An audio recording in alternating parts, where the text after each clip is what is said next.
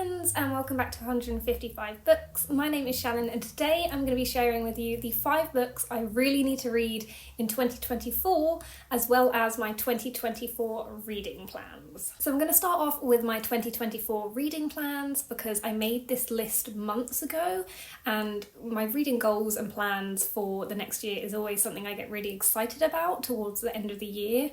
I have noticed they are usually quite similar, but this year I've kind of written my goals down and actions that I'm going to take to meet those goals. So that's what I'm going to share with you first. So my first goal for 2024 is going to be to get my unread books, so my TBR, down to at least 50 books, because it terrifies me having so many unread books. Yes, I like being able to have a choice when I'm in a kind of different mood and I'm not sure what I want to read, and then I have a look at what I've got and I'm like, yes, that's the book I want to read.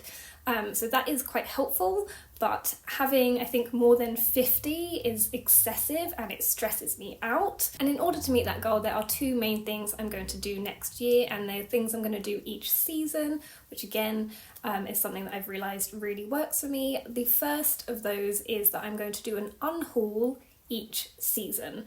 I've found this year that I've been unhauling very regularly, and I've not once unhauled a book that I've then regretted unhauling. And then I've also got this mindset of, if I do unhaul a book that I then want to read later, I can always buy it secondhand, get it from the library. It's not a big problem. And the second thing I am going to do to help with this reading goal is to continue with my seasonal TBRs, because again, in 2023, it's something that's really helped my reading. I've realised with me being busier, I don't read as much anymore as I did maybe like during the pandemic, for instance.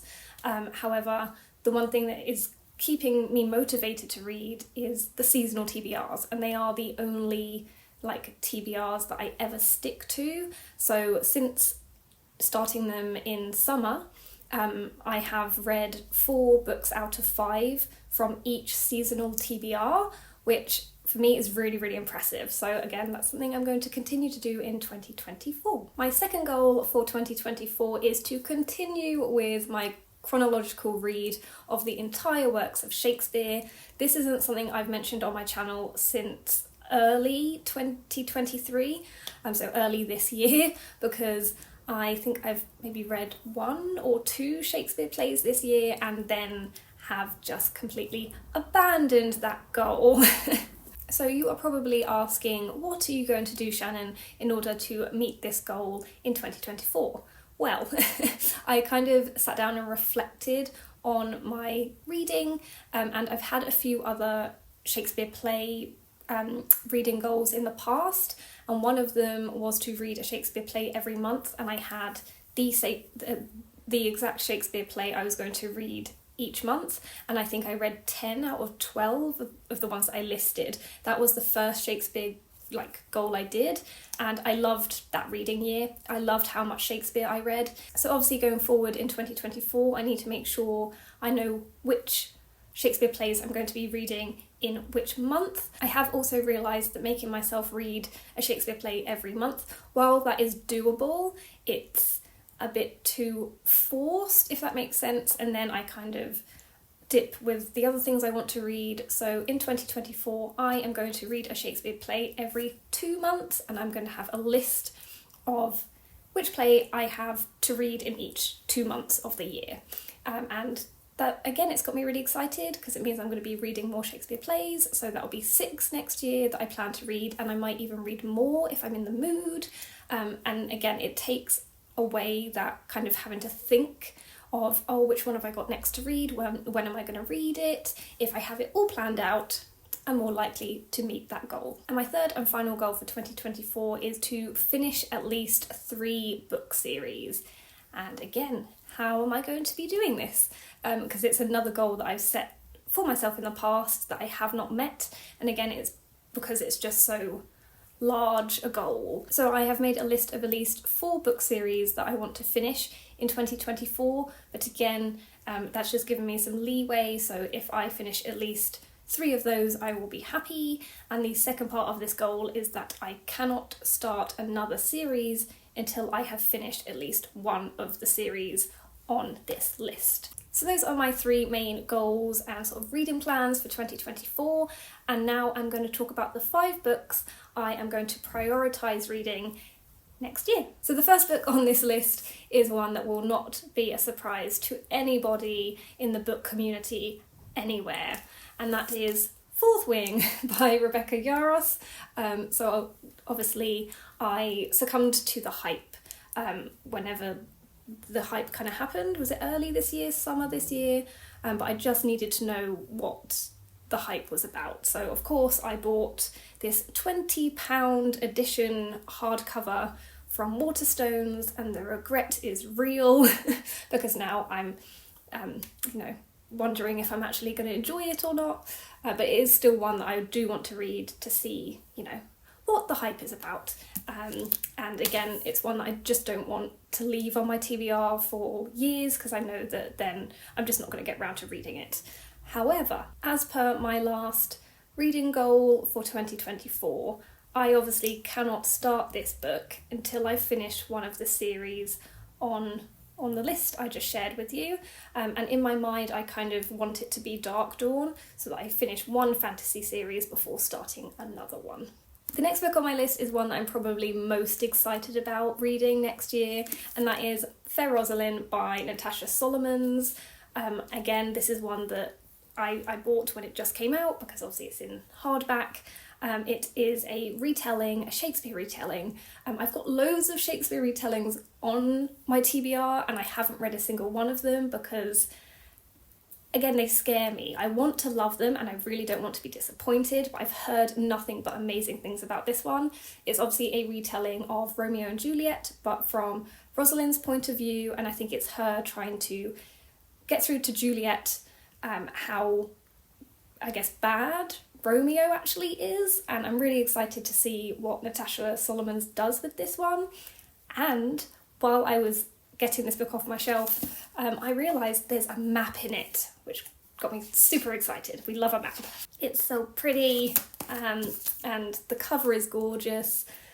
So yes, I'm very, very excited about finally getting around to this one next year. The third book on my list will show you that there's kind of a theme with a lot of the books on this list, but it is The Other Bennet Sister by Janice Hadlow. Again, this is one that I've had on my TBR for a while, but it's a continuation of Pride and Prejudice, so a kind of retelling of Pride and Prejudice. So it's retellings and books based, I guess, on some of my favourite other books. I absolutely adored reading it for the first time in 2022. I know that's ridiculous, and I immediately knew I wanted to read this one afterwards, because at the end of Pride and Prejudice I was just a bit like, how can that be it?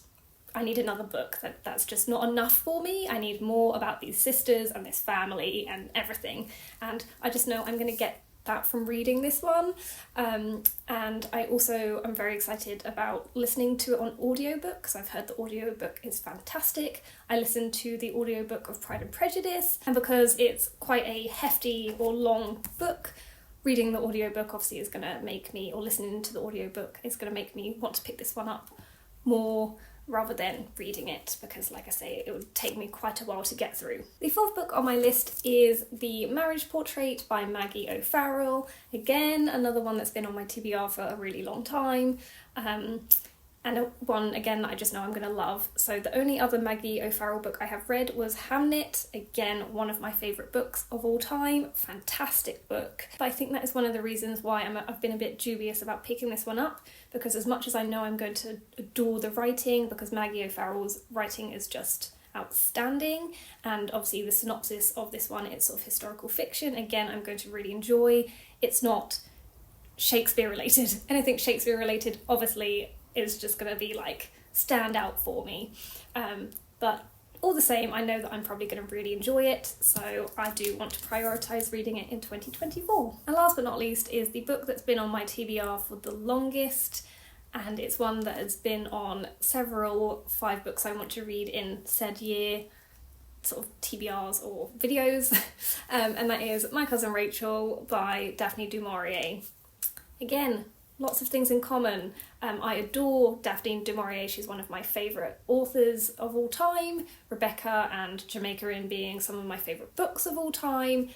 So again, I know I'm going to adore this one. I know I'm going to love the writing. I think it's just because I don't know what this one is about. So going into both Rebecca and Jamaica Inn, I'd already seen film or TV adaptations, so I knew the story. And I think going into this one blind is putting me off for some reason. So I may watch one of the more recent film adaptations. And also another thing that I find a bit odd about this one, because I have attempted to start reading it before, the narrator is male, which for a Daphne du Maurier novel is new to me, and I found it strange. But again, it's one that's got amazing reviews from other people whose bookish opinions I really trust, so I really hope 2024 is the year that I finally read this. So those were all of my 2024 reading plans and some of the books I also really want to read in 2024. Please leave a comment down below which book you want to prioritise next year and maybe some of your reading goals, because I like knowing what other people have got planned. Thank you guys so much for watching, and I'll see you soon in my next video. Bye!